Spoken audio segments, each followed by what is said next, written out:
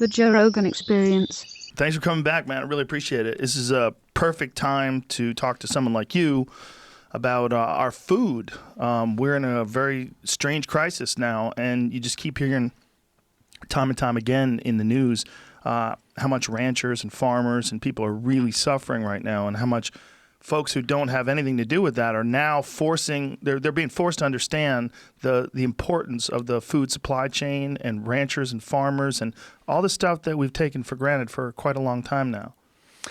Well, they sure have. And what's interesting about it is the juxtaposition between I'll just call it the industrial, the more, a commercial industrial food sector versus the sector that I'm in, which is a local centric, direct sale branded product, directly from the farm. The pandemic is the best marketing strategy we've ever seen. We're having the best season we've ever had, and the same thing was with farmers around the country. As I talk to them, everyone that's like us that did not go into the supermarket system, basically, that's selling in their community, in their regionally, directly off the farm, having the best year we've ever had. It's the industrial mega system that's cracking. And so for the first time, we're hearing talk of, well, maybe we need to add resiliency to efficiency. And so yeah, the system that's cracking, there's plenty of food. I mean, there's plenty of food on farms being produced. But of course, as you know, milk is being dumped, pigs are being euthanized. The problem is not at the farm level. The problem is in the chain of custody between the farmer and the consumer, and primarily in the large scale processing situation. Yeah, these large meat processing places, they've been hit hard by the coronavirus. They have been. I mean, if you think about it right now, Joe, probably in the United States, the only places right now where every day thousands of people come together in crowded conditions are these big meat processing plants. I mean, the offices are closed, the theaters are closed, the convention centers are closed. And so the only place where people are coming shoulder to shoulder, thousands every day, are in these mega processing facilities. Teresa and I, my wife, actually co-own a very small abattoir, slaughterhouse, community slaughterhouse. We have 20 employees. And the difference in the vulnerability, in the exposure and risk factor between our little 20-person facility where we do, maybe 50 to 70 beeves a week, 100 hogs, versus these mega plants that have, When you say beeves? Beeves, what beef. Oh, beefs. Yeah. Well, I thought you said beeves. Well, there's no such word as beefs. It's beeves. Beeves. Oh, okay. That is what you're saying. Okay. Yeah, beeves. Beeves. Have you heard that before, Jamie? No. Okay. So the plural of beef is not beefs. It's beeves. Oh, interesting. All right. I always thought that beef was just the meat. Yeah. I never thought. I would have assumed you would say cows. Well, as a farmer, cows are females who have had calves. Right. So it's as opposed to steers who would be or bulls, which would be intact males, steers non-intact. So as a farmer, all this nomenclature is real, Yes. it's normal for you. It's real, like a theologian teases out, Presbyterians and Methodists, and we just say, well, they're Protestants, So you have a small place. We do. It's a small facility, and it's been in business for 60 years or so. We've only co-owned it now for a little bit less than 10 years. But the difference, because we do stuff by hand, workstations.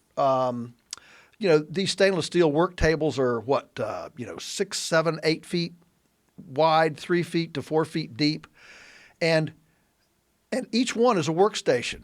And you've got 3 guys out on the kill floor. You got 2 guys out in the cryovac room. You've got 4 guys in the boning room. You got a guy over here running the sausage stuffer or the grinder.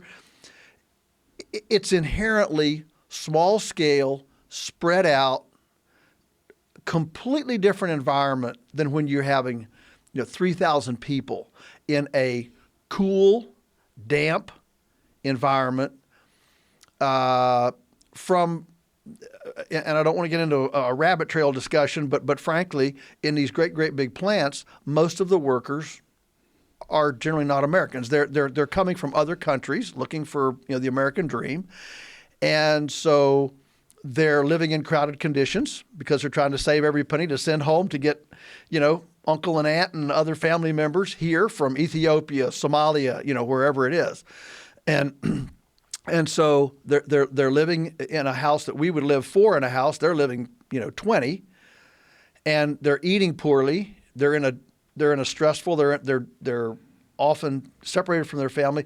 There's just a lot of stress in their lives, and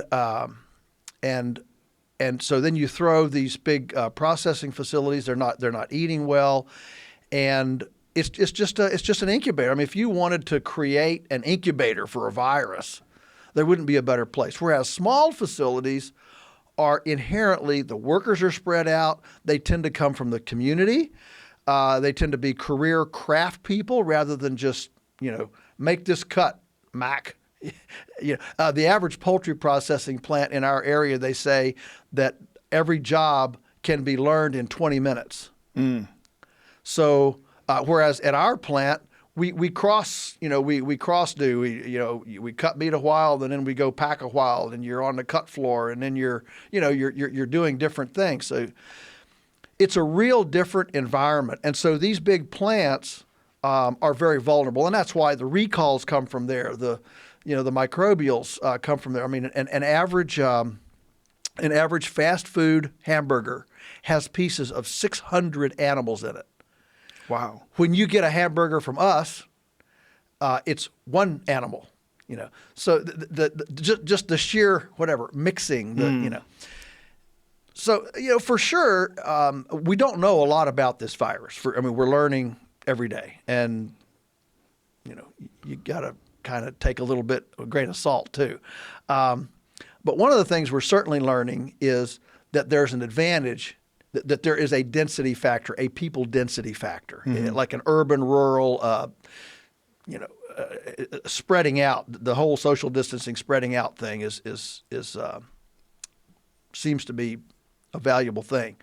And so if we take that into the food system, wouldn't it be an amazing thing if instead of having 150 to 200 mega processing facilities doing 98% of the nation's meat, if instead that were 200,000 small-scale, community-based, ecologically nested facilities, all around the countryside, that would be an incredibly resilient system.